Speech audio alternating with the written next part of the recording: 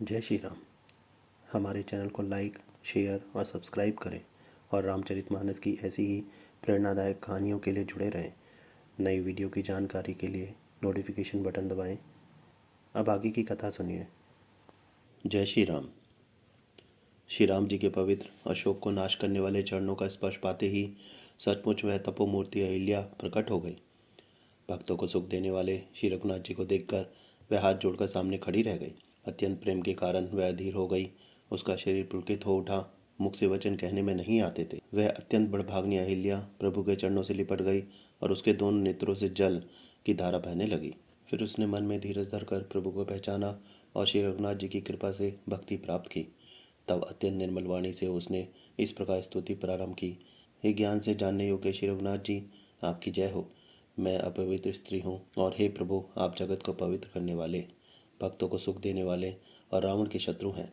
हे कमल नयन, हे संसार के भय से छुड़ाने वाले, मैं आपकी शरण आई हूँ।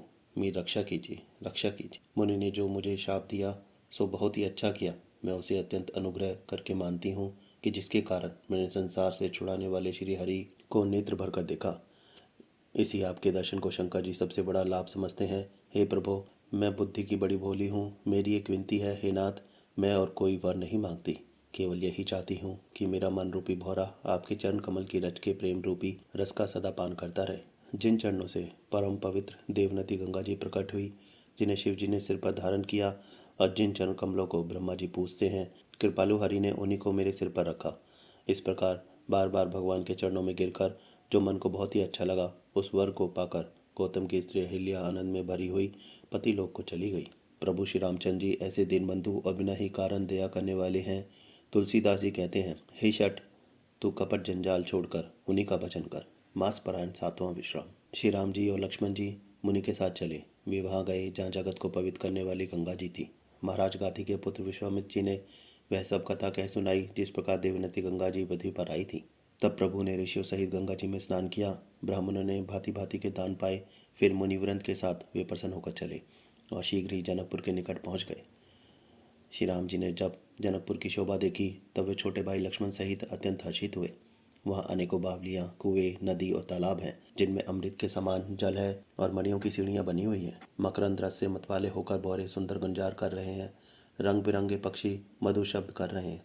रंग रंग के कमल खिले हैं। सदा सुख देने वाला शीतल मंद सुगंध पवन बह रहा है। पुष्पवाटिका, बाग और वन जिनमें बहुत से पक्षियों का निवास है, फूलते फलते और सुंदर पत्तों से लदे हुए नगर के चारों ओर सुशोभित है। नगर की सुंदरता का वर्णन करते नहीं बनता। मन जहाँ जाता है वहीं लुभा जाता है। सुंदर बाजार है, मणियों से बने हुए विचित्र छज्जे हैं, मानो ब्रह्मा ने उन्हें अपने हाथों से बनाया है। कुबेर के समान श्रेष्ठ धनी व्यापारी सब प्रकार की अनेक वस्तुएं लेकर बैठे हैं। सुंदर चौराहे और सुहावनी गलियां सदा सुगंध से सींची रहती हैं। सबके घर मंगलमय हैं और उन पर चित्र कड़े हुए हैं जिन्हें मानो कामदेव रूपी चित्रकार ने अंकित किया है। नगर के सभी स्त्री पुरुष सुंदर, पवित्र, साधु स्वभाव वाले, धर्मात्मा, ज्ञानी और गुणवान हैं। जहाँ जनक जी का अत्यंत अनुपम निवास स्थान है, वहाँ के विलास को देखकर देवता भी थकित हो जाते हैं। मनुष्य की तो बात ही क्या। कोट को देखकर चित्त चकित हो जाता है, मानो उसने समस्त लोगों की शोभा को रोक रखा है। उज्ज्वल महलों में अनेक प्रकार के सुंदर रीति से बने हुए मणिजड़ित सोने की जरी के पर्दे लगे हैं। सीता जी के रहने के सुंदर महल की शोभा का वर्णन किया ही कैसे जा सकता है। राजमहल के सब दरवाजे सुंदर हैं जिनमें व्रज के किवाड़ लगे हैं। वहाँ राजाओं, नटों, मागधों और भाटों की भीड़ लगी रहती है। घोड़े और हाथियों के लिए बहुत बड़ी बड़ी उठशालें और गजशालाएं बनी हुई हैं जो सब समय घोड़े, हाथी और रथों से भरी रहती हैं। बहुत से शूरवीर मंत्री और सेनापति हैं। उन सब के घर भी राजमहल सरीखे ही हैं। नगर के बाहर तालाब और नदी के निकट जहाँ तहाँ बहुत से राजा लोग उतरे हुए हैं। वहीं आमों का एक अनुपम बाग देखकर जहाँ सब प्रकार के सुबीते थे और जो सब तरह से सुहावना था, विश्वामित्र जी ने कहा, हे सुजान रघुवीर, मेरा मन कहता है कि यहीं रहा जाए। कृपा के धाम श्री रामचंद्र जी बहुत अच्छा स्वामिन कहकर वहीं मुनियों के समूह के साथ ठहर गए।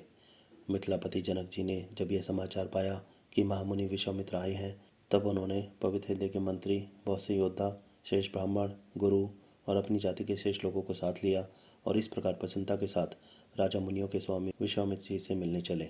राजा ने मुनि के चरणों पर मस्तक रखकर प्रणाम किया। मुनियों के स्वामी विश्वामित्र जी ने प्रसन्न होकर आशीर्वाद दिया।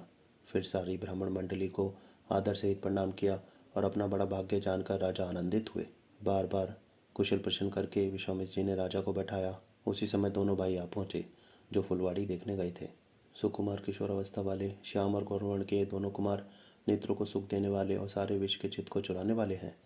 जब रघुनाथ जी आए तब सभी उनके रूप एवं तेज से प्रभावित होकर उठ खड़े हो गए। विश्वामित्र जी ने उनको अपने पास बैठा लिया। दोनों भाइयों को देखकर सभी सुखी हुए, सबके नेत्रों में जल भर आया और शरीर रोमांचित हो उठे। राम जी की मधुर मनोहर मूर्ति को देखकर विदेह जनक विशेष रूप से विदेह देह की सुध बुद्ध से रहित हो गए। मन को प्रेम में मगन जान राजा जनक ने विवेक का आश्रय लेकर धीरज धारण किया और मुनि के चरणों में सिर नवाकर गदगद गंभीर वाणी से कहा, जय श्री राम।